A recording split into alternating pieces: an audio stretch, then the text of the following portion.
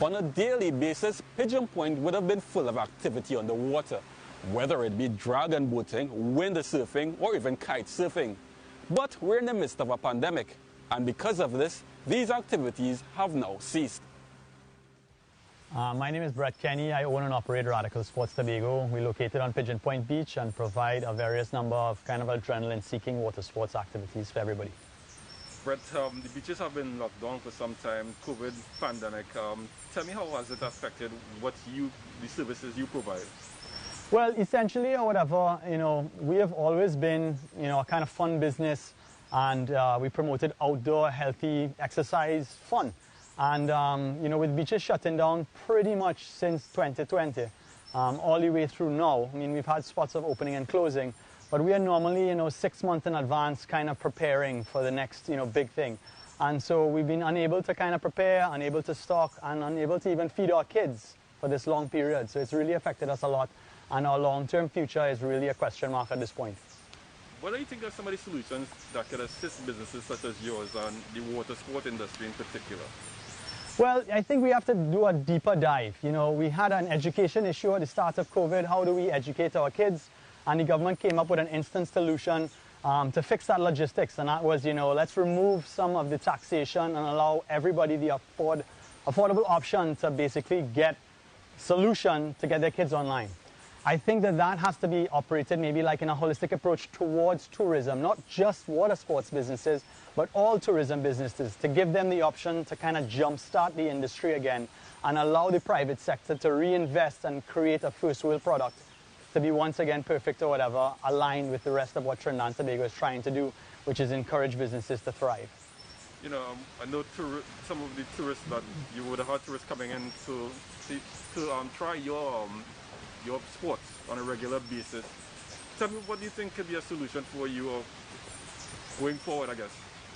I mean, going forward, we had to adjust our model from a tourist model from outside, which was probably about 90% of our business model, to a local tourist model where we were doing a lot more training and stuff towards inviting people in to do stuff that they could accomplish pretty quickly at a good price point, and try to make fun for everybody. Whereas we were very niche before and attracted only a specific kind of sport tourists. Now we try to invite everybody from kids to adults to whoever to basically come out and have fun. So I think that we'll have to take another deep dive into seeing how we can continue to grow the local market, and obviously now with the borders just being open, hopefully get back some of that demographic that was the kind of bread and butter of our business traditionally. Everybody's had to adjust. What are some of the adjustments you've had to make, to continue or in some way make a living, I guess? I mean, we've had to pivot. After a certain amount of time, we figured that this is not going to be a sustainable future.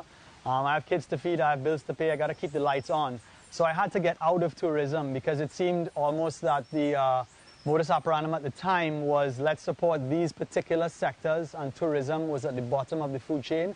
And there's no clear change in that kind of mindset going forward.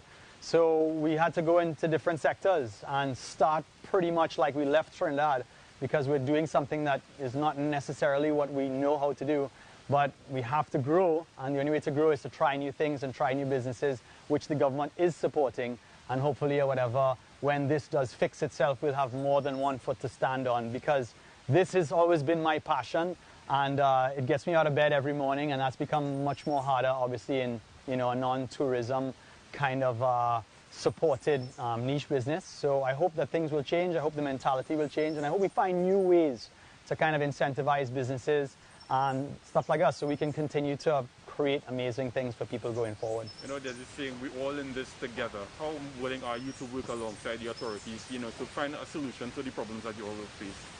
Well, we've always been, kind of for this. I mean, in June, we sat with the government about reopening our borders.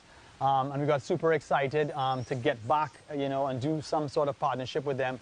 And if we could get a bigger audience with the government, I think that we could work out a lot more synergies that are mutually beneficial. It's great to talk about we need a more private partnership with the government, but we have to remove some of this red tape. We have to be able to listen to the private sector and find a synergy that will work for everybody, so that we can generate better products which will attract more people and get more foreign exchange to more people locally in Trinidad.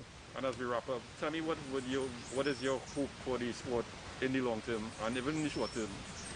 I mean, sports, you know, traditionally in Trinidad was football and cricket, and water sports gives us so many other platforms and opportunities to grow. I mean, Andrew Lewis in sailing was just one, you know, dragon boat. Windsurfing is in the Olympics. We have so many outlets that we can get kids that have been kind of like forced onto these, you know, electronic devices, back off of them and back into fun exercise related activities that will also challenge their mind, their body, and keep them mentally and physically fit, and also give them opportunities to like pursue Olympic dreams and even opportunities outside of Trinidad and Tobago. So the world is our oyster. We just have to be willing to take that first step. Brett, thank you so much for your time, first of all, and we hope for the best for you and the water sport industry in Tobago in the future. So do we. Thanks again for the opportunity. Yeah, man. Thanks, man. All right.